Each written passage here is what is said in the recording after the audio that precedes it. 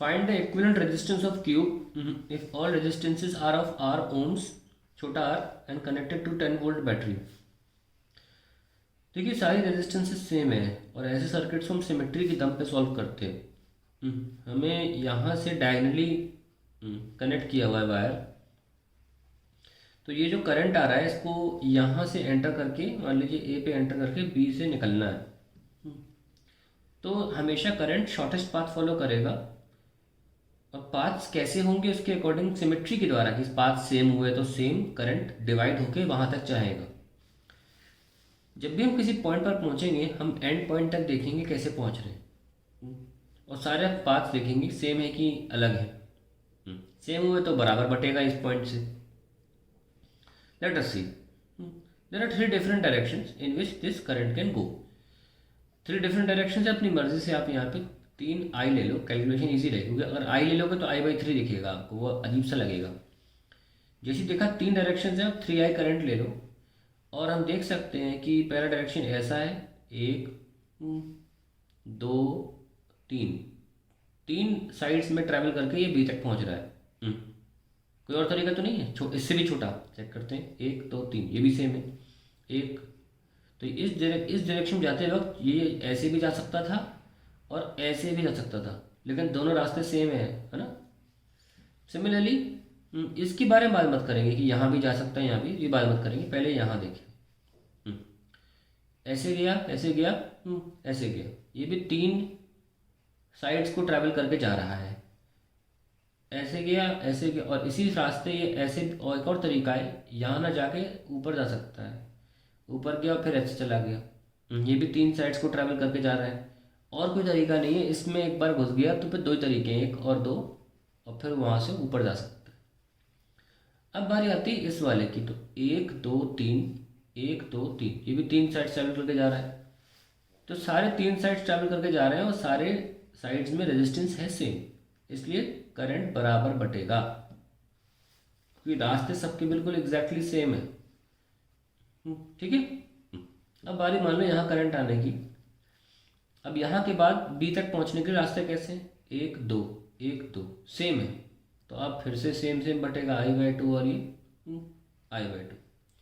Similarly यहाँ भी देखो, यहाँ जा सकता है और यहाँ जा सकता है, फिर यहाँ और यहाँ जा सकता है, ये भी रास्ते सेम है, तो यहाँ भी I/2 और ये I/2। हाँ ना, ऐसे नहीं होगा कभी भी, ऐसे गया है, मतलब मान लीजिए ऐसे जाके ऐसे जाके, ऐसे ना जाके ऐसे ऐसे ऐसे ऐसे ऐसे, ऐसे कभी नहीं होता।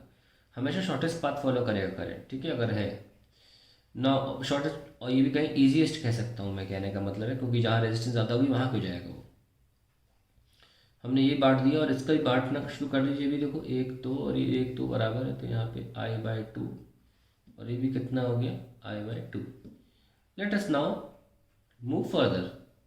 ये देखिए आप, ये लाइन से I/2 आ रहा है, ये भी I/2 आ रहा है, तो यहाँ जुड़ के क्या हो जाएगा, I। ये I/2, ये I/2 जुड़ के क्या हो जाएगा, I, और ये I/2, और नीचे से ये I/2 आ रहा है, जुड़ के क्या हो जाएगा, I।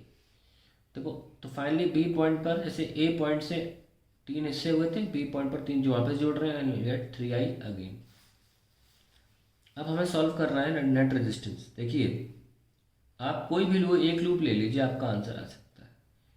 ठीक है, मैं यहाँ मार्क कर देता हूँ एक पॉइंट C और यहाँ D। तो आई एम टेकिंग लूप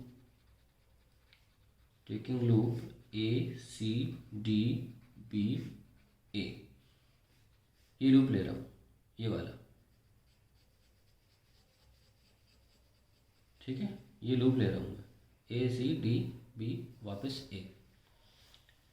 ये मतलब ना इस तरीके के सवालों में इसकी भी ज़रूरत नहीं होती वोल्टेज दिखी। देखो मैं इसलिए देन ले ही नहीं रहा था कि आपको ये दिमाग में रहे कि वोल्टेज की ज़रूरत है नहीं। किरचॉफ ने लगाया इस लूप में, E=, एक ही बैटरी है, और इस जगह पर 3I से गुणा होने के लिए कोई रजिस्टर भी नहीं है, तो 3I किसी काम का नहीं था बेचारा। I से शुरू होगा, I/R प्लस, अभी भी हमारा मुताबिक ही चल रहा है, मैसेज आ रहा है, I/2 R प्लस I/R। ठीक है, अब हम ये कह सकते हैं कि ये E जो है, इक्विवेलेंट डायग्राम बना रहा हूँ, ये E और ये पूरा जो क्यूब है, let it be capital R, that's it, खत्म। तो क्या लिखोगे, 3I × R तो लिखो कि E की जगह 3I × are equivalent. Yes or no? So it will be IR 2IR plus other 2.5 IR. Now we have I से I cancel, so R equivalent आ गया 2.5 R by 3 या 5 by 6 R. That is the answer to the question.